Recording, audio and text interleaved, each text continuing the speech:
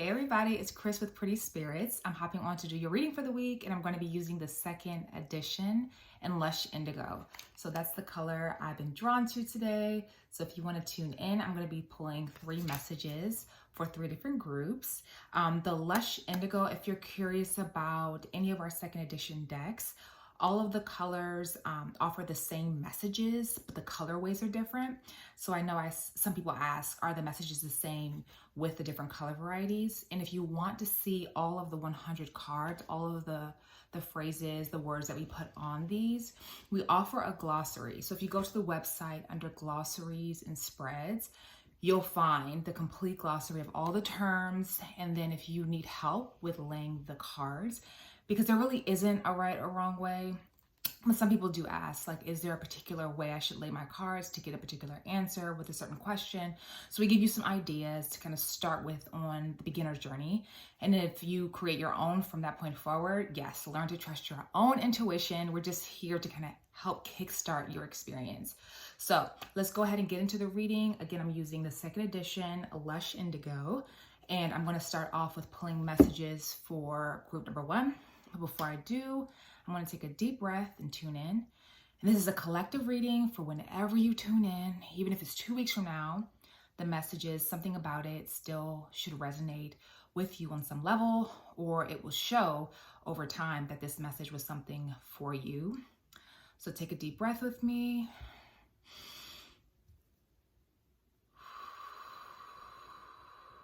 And release. And think about a question that's been on your mind, on your heart, something you need clarity about. This second edition deck is meant to be a broad-reaching deck that can help you with romance. It can help you with career concerns, family concerns, financial concerns, whatever you're just looking to understand more about yourself and others. This is a great deck for that. So let's go ahead and pull for group number 1. I'm going to shuffle and ask, what does group 1 need to know at this time? And for those of you who've never had a reading with me, a collective reading, just ask Spirit, should I select the messages from group 1, 2, or 3? Or is there a little something for me in each of the groups? And then just trust that you'll receive something good for you or something informative. Group number 1, your messages. We have memories and lack of passion. Memories and lack of passion. All right.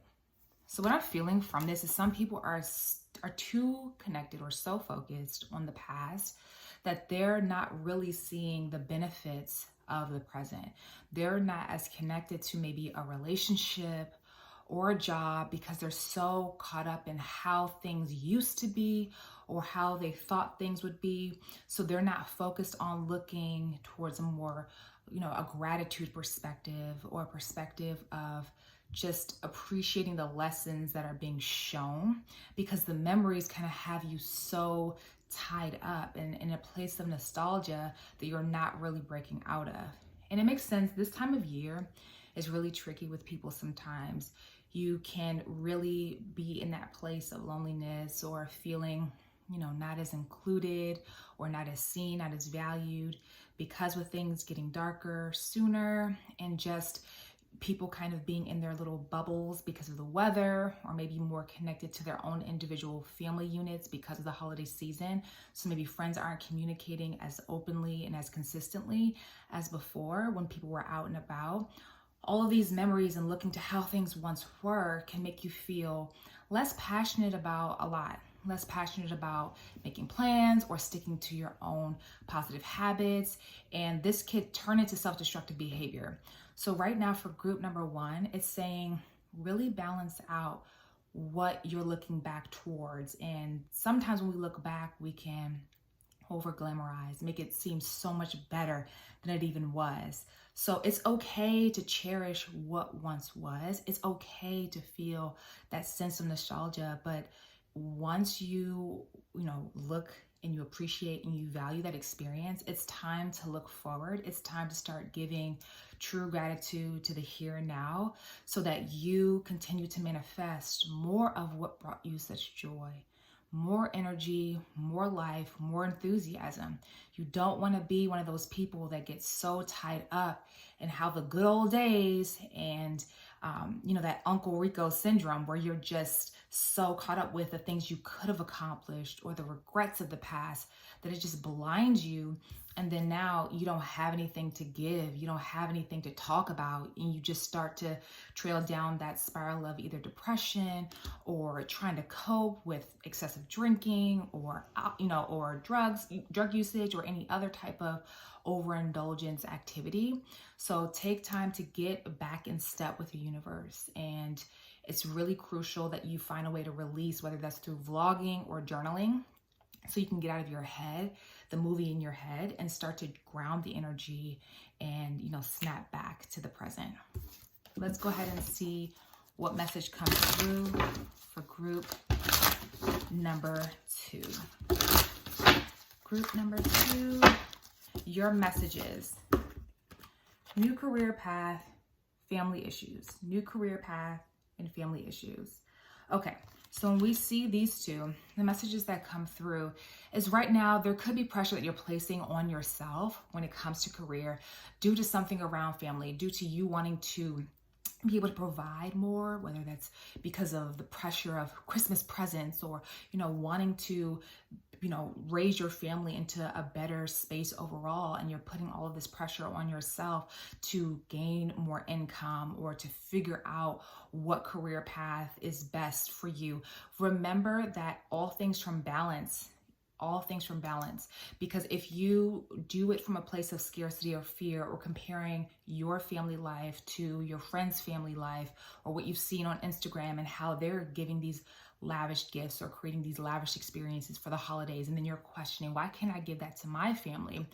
It really just plays on the lack of worth. And when your worthiness starts to spiral downward, you're not seeing just the talent you have and the ability to really achieve. It's okay to want more. It's okay to want to grow in your career path and to really get that promotion or make that next move into entrepreneurship or into a career that gives you so much light and passion. But you want to make sure that you're doing it because it's time for you and it feeds your soul. And it's not just about putting all this pressure on yourself to provide in all of these ways, because remember, your example of how you go about things within career, within your work, with money attainment, your family sees. So whether that's your children or your spouse, they're seeing how you move and that affects their mindset and their belief system. So you want to do things from a place of confidence and, excitement around a new plan and a new accomplishment versus pressure and fear and jealousy or envy. Also, if you have a situation where you're growing up in a family and you feel this pressure from them to switch up your career path or do something because your parents, your family won't support you or won't stand beside you if you choose a career path that's not in alignment with what they suggest, this is time for you to go within and really ask yourself, can this sustain you long term? Because even myself, I tried to pick a path that I thought would make someone in my family, happier. And I just think having that mindset is only short-lived, where you are putting forth the effort and going through the motions until you realize, like, this really isn't me.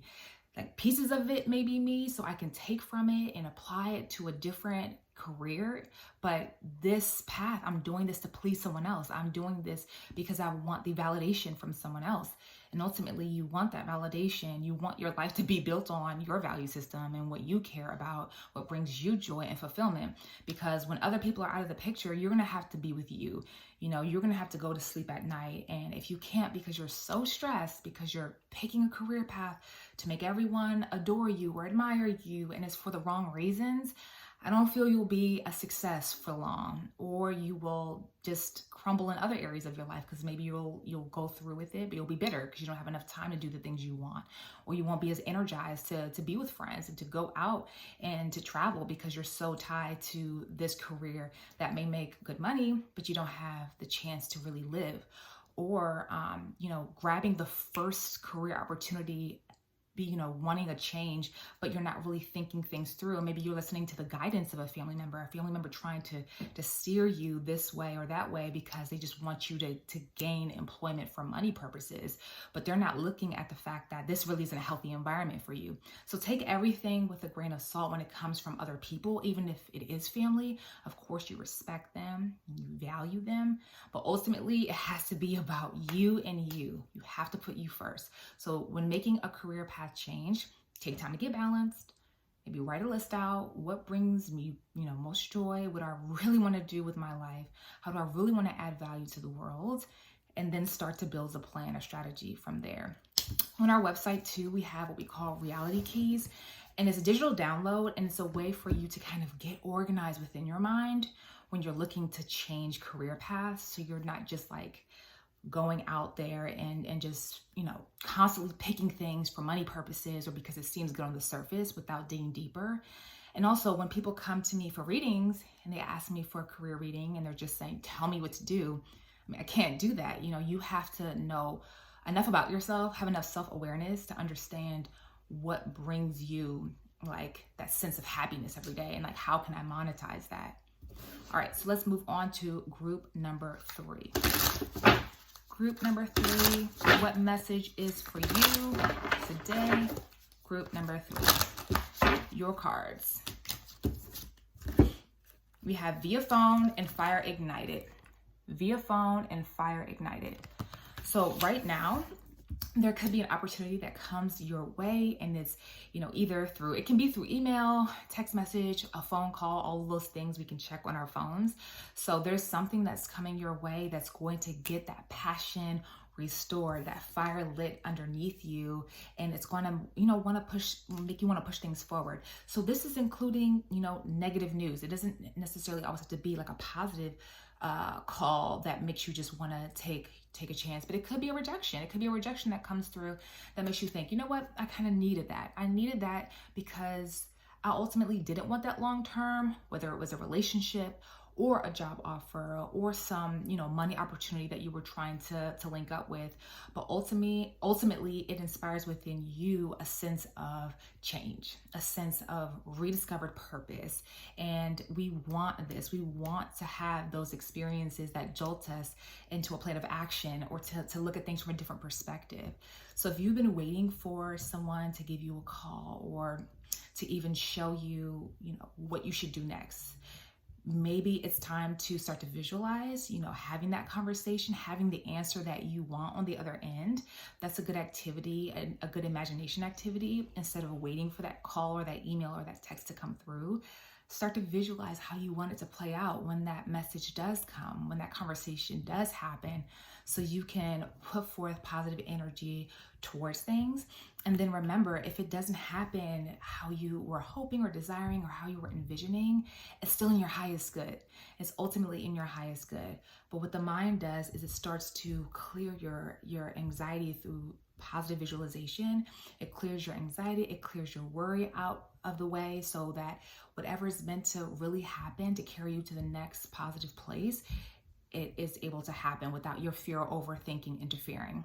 For example, if you're waiting to hear a call back for an interview or something, when it comes to a career, but you're too worried, you're too tense, you're just on edge, you may not align with either seeing the call or the message because your mind is scattered.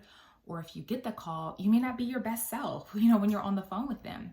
So take time to ground yourself and to visualize how you want this phone conversation to go, or this email or text, and play with that energy in a really positive way, because ultimately it's something that's going to come through that ignites within you a sense of can-do-itness, whether that's you can find the next opportunity or the next romantic partner or the next potential friendship because it's, negative news, or maybe it's something that finally meets your needs and it's the call that you've been waiting for and there's positivity ahead.